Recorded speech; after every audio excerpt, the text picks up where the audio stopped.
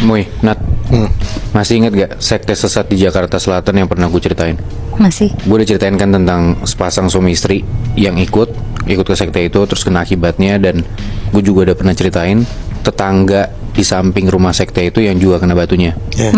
Nah tapi kali ini gue mau ceritain tentang salah satu anggota sekte itu, yang mana dia salah satu anggota paling awal dari sekte ini.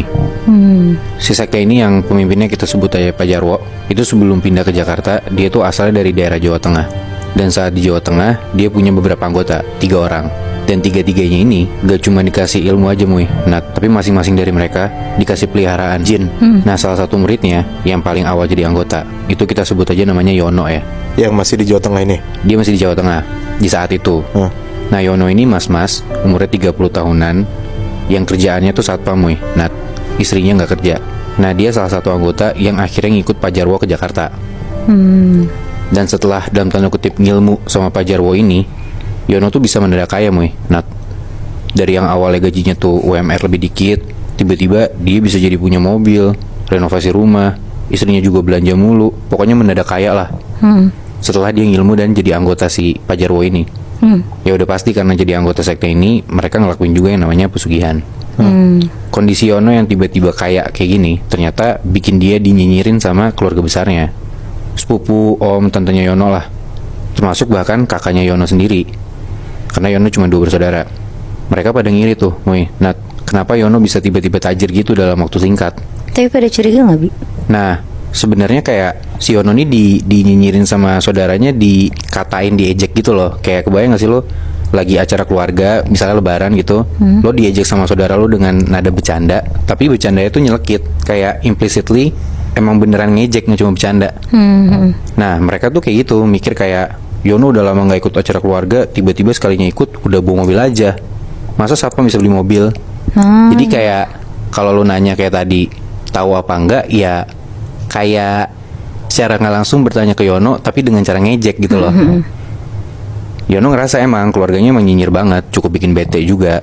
Tapi ya dia gak mau ngambil pusing, bodo amat, yang penting hidup gue enak gitu. Nah ini di suatu waktu, kejadiannya sekitar 5 tahun yang lalu. Di saat itu bokapnya Yono tuh meninggal. Nyokapnya udah gak ada sebelumnya. Otomatis warisan turun dong ke anaknya. Yono ini 2 bersaudara kan, tadi gue bilang. Dia cuma punya 1 kakak, sebut aja namanya Mas Jaya. Nah namanya mungkin keluarga bangsat aja kali ya. Jaya ini ngerasa kayak gak adil sama warisan, dibagi rata tuh ke dia sama adiknya. Nah kayaknya juga si Jaya tuh ngerasa kalau gue kakak, adik gue juga duitnya lebih banyak dari gue lebih butuh dari dia dan lebih pantas dapat warisan dibanding adik gue gitu. Oh si abang ini finansialnya nggak stable gitu Bi? Nggak stable Muy. Ya mungkin bisa dibilang seperti Yono dulu lah. Gajinya kayak UMR kayak gitu-gitu loh. Iya. Nggak kayak Yono yang sekarang yang ya oke banget gara-gara apa yang dia lakuin gitu kan. Iya. Nah Jaya tiba-tiba ngehubungin Yono lah dan ngomong baik-baik, maksudnya dia kayak gimana, minta warisan lebih gitu. Tapi Yono langsung nolak. Dia nggak mau tuh ngikutin permintaan kakaknya. Dimatiin tuh telepon. Kenapa dia gak mau, Bi? Karena ya dia ngerasa ya udah 50-50 aja kan, ini hak gue gitu kan. Walaupun si Yononya juga udah kaya. Betul. Nah kakaknya digituin marah lah, seorang kakak gitu kan. Gak sopan banget nih adik gue. Udah rada panas tuh si Jaya. Ditelepon lagi adiknya sampai marah-marah. Lancang ya kamu Yon, duitmu aja haram. Digituin sama kakaknya. Yono malah makin manasin. Dia bilang, nggak apa-apa mas, yang penting aku punya mobil, nggak kayak mas. Ditutup lagi tuh teleponnya sama si Yono. Ngamuk tuh Jaya ngedenger adiknya ngomong kayak gitu.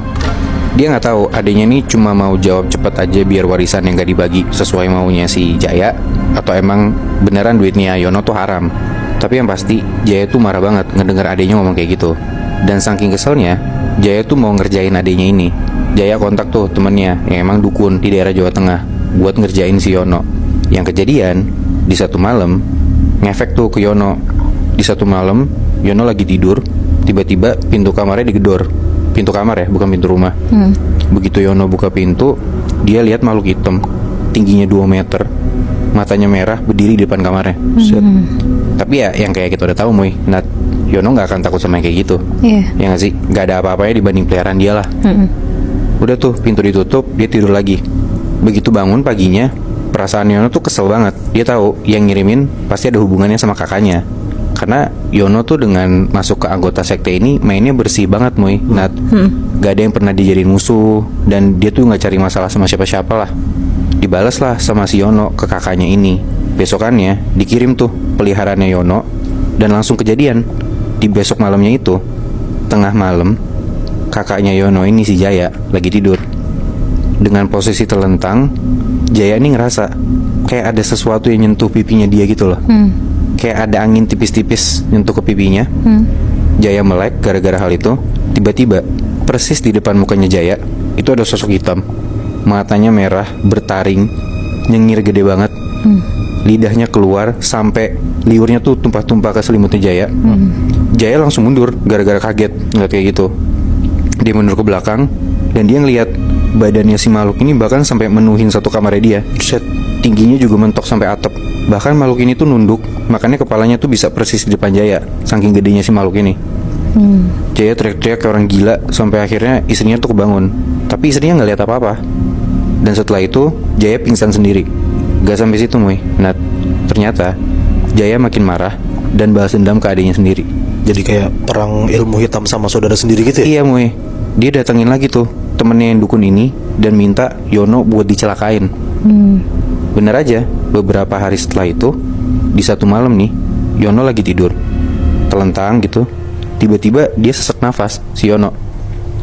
Dia ngerasa lehernya kayak ada yang nyekek. Ya namanya orang pintar kali ya. Gak lama dari situ dia bisa tuh ngelawan si makhluk kiriman ini. Dan udah pasti setelah si Yono kejadian kayak gitu, dilawan lagi nih kakaknya Muy. Nah, tapi kali ini Yono tuh gak nyelakain kakaknya.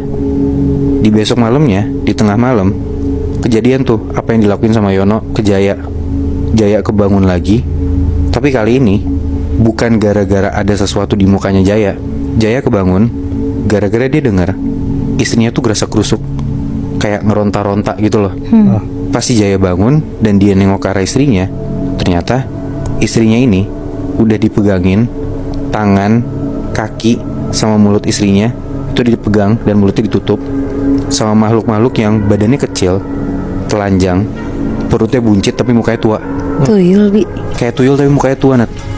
Dan kayak, sorry ya, istrinya tuh kayak diperkosa rame-rame gitu loh sama makhluk-makhluk ini. Serem banget. Parah banget kan? Itu chaos banget Muy. Nat. Dan dari situ Jaya tuh panik banget, malah takut. Bukan mau ngebalas adiknya lagi karena dia ngerasa anjir ini udah parah banget gitu loh.